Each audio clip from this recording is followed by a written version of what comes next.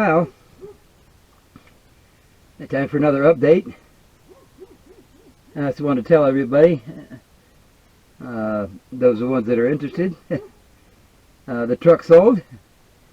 I put it on Facebook Marketplace late Friday afternoon, around 4 o'clock or something like that, and by 10 o'clock Saturday morning it was rolling out the property. It was going down the road. So he was happy. He knew exactly what he was getting.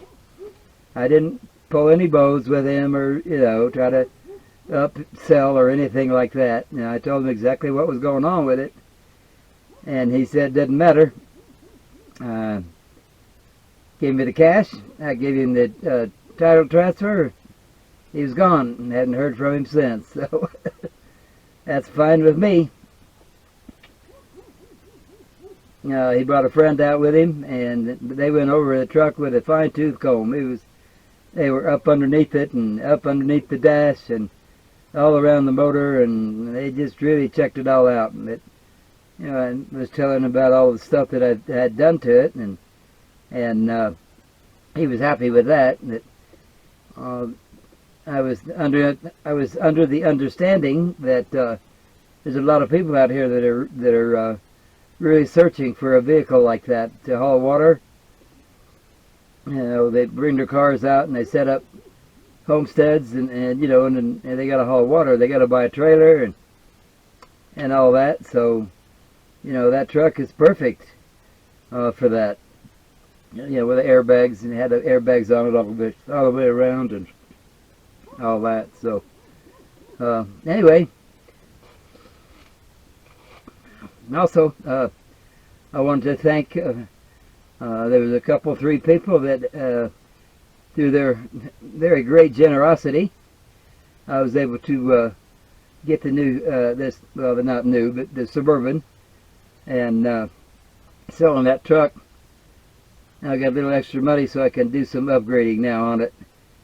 I intend to do that, but I'm not going to do it here. I don't have the time for it now, but I'll be packing up and getting out of here pretty soon. So wait till I get to Quartzsite and do some of that stuff down there. One thing's for sure, I won't have to be laying underneath this truck to fix this and fix that, and it was starting to cost me some money besides the motor being bad. So I'm glad it's gone. Good riddance. But yeah, through some generosity, I'm not going to mention any names because I don't know if they want me to say anything about it or not, but they know who they are. And so that's kind of that's it on that part. So the plan is, you guys know me, I make plans, and sometimes sometimes they come and sometimes they don't. So I just never know. I can't plan too far ahead anymore. So the plan is I'm going to keep the tent and use it for like a base home thingy in Quartzsite, and get it all set up, and I'll be down there till April, April 15th, and I'll be able to do the veggies thing.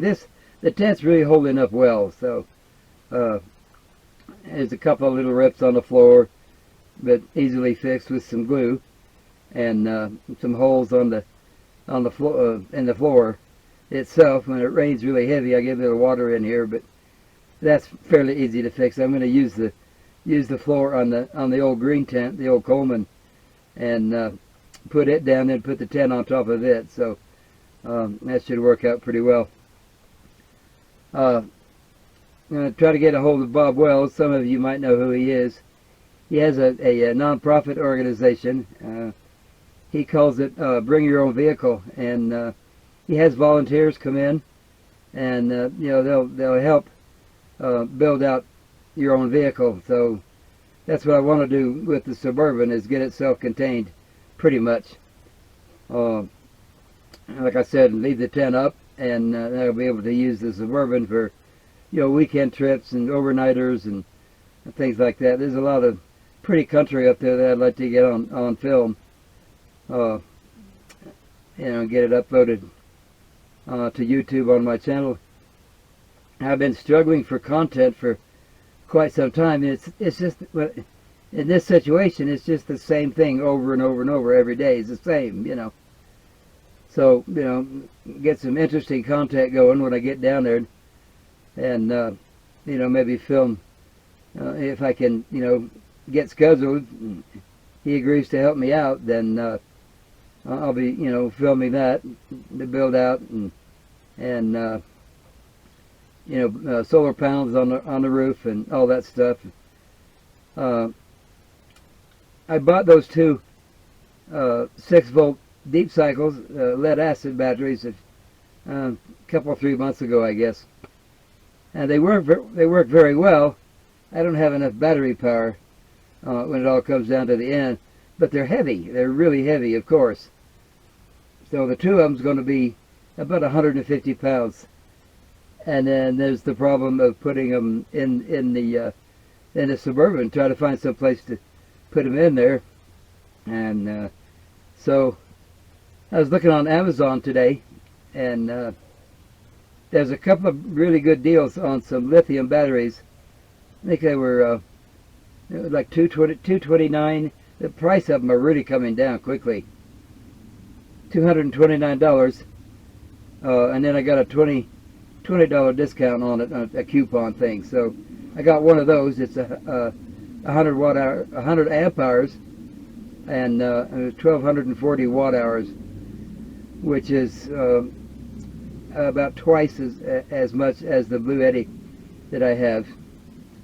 That's, you know, the Blue Eddy is, things are failing on it. It, you know, when you get stuff like that in the real world, you find out, you know, how they're going to be. Right now, the 12-volt plug-in doesn't work on it anymore, and the solar input doesn't work. So, you know, I use it, you know, at night, charge it up during the day with the, you know, the regular solar panels, and then I use it at night.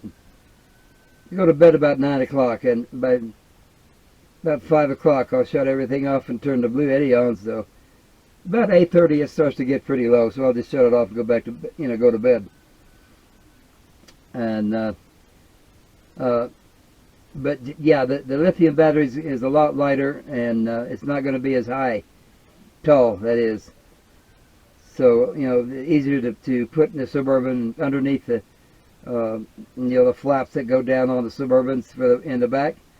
Put it under there, and solar panels on the roof. You only have to drill one hole, I guess, for the wires for the MC4 connectors. I'm going to try to get, you know, the aluminum angle bar thingies, you know, and mount the solar panels to that. So it'd just be a small hole for those wires. Silicone it up really good so it doesn't leak, and I'll be ready to go, I guess.